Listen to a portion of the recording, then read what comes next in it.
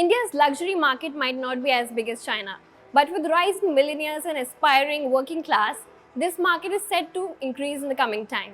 To talk about this, we have here with us Gayatri Ruia, who is the development director at Phoenix Palladium and High Street Phoenix. Hello, ma'am. Hi, how are you this morning? Pleasure to have you here on the show. So, Gayatri, I want to start by asking you that how has luxury evolved in the coming time? How has it evolved over the years? So I think exciting times for luxury consumption, luxury retail has really come into its own. Now, we were talking about luxury for the past 15 years.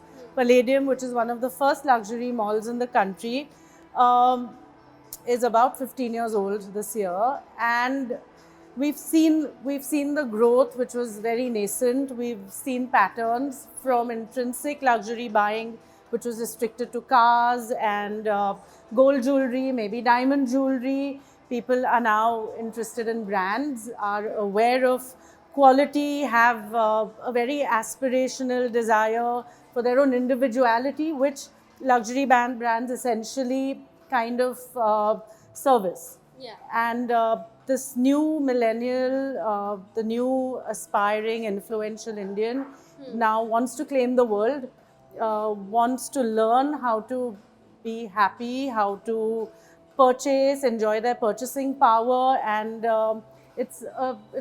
I think we're just seeing the real beginning. People spoke about it about 15 years ago, but I think the real beginning is now. So when you spoke about us being behind China, sure we are, but I think we are a very fast emerging market at this time. So the world has to watch out for us.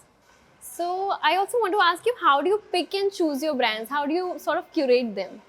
So initially, I will be honest, luxury was a struggle. We were all learning what to do. We did have a gut feel about which brands are popular. Trends remained for longer. So an international brand on the rise was kind of around for 10 years. Now brands switch in because of social media. Yeah. Things have changed. A brand may be popular or enjoy being at the peak of its game for perhaps a year or two, and they have to quickly completely change their store look, change their merchandise, change their brand ambassadors, and we have to keep up with that.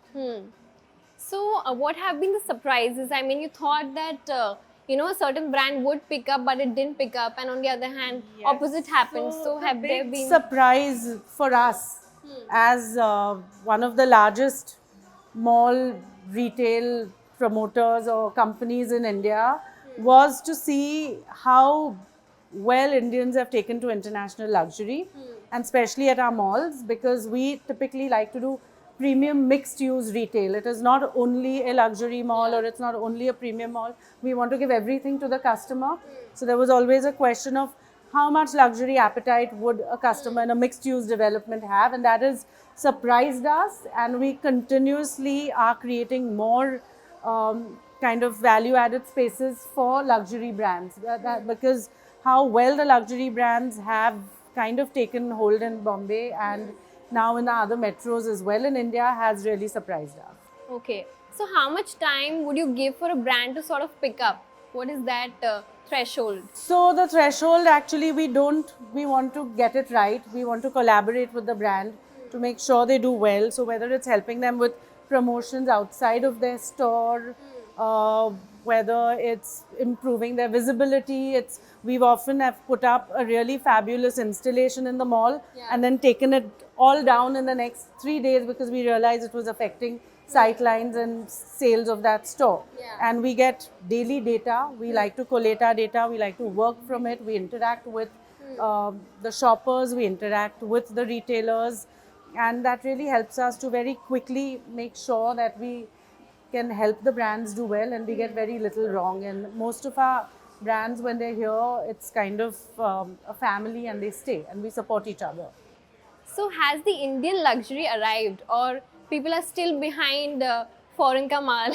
No, people are still behind foreign kamal, but in a very global sense. And it's not at the cost of, I think, Indian luxury. If you see the Great Indian Wedding, is a global phenomenon today. And with that comes all beautiful, wonderful things Indian. So I think our ethnicity, we are confident at this point to claim our ethnicity, to claim being Indians and enjoy and revel in our Indianness. And that definitely reflects in the luxury brands as well. In fact, you'll see a lot of brands now collaborating with Indian designers, even international brands. So the trend is strong and it's here to stay. And I think the whole world is going to look at India as a retail destination very seriously very soon. So, what are the current trends in the luxury market? The if you, I think people, the new growing, the new aspirational Indian is still enjoying and kind of becoming familiar with accessory brands. So I think that's still it's a big trend. Makeup is a huge trend. Makeup, perfumes. This was a category that has suddenly exploded in the Indian market for a lot of the brands. That's also a great entry into a market. So I think these are the strong trends for the next couple of years at least, for sure. Thank you so much, Gayatri. Wonderful. Thanks a lot. Yes, thank you. Pleasure I've having you enjoyed here. this.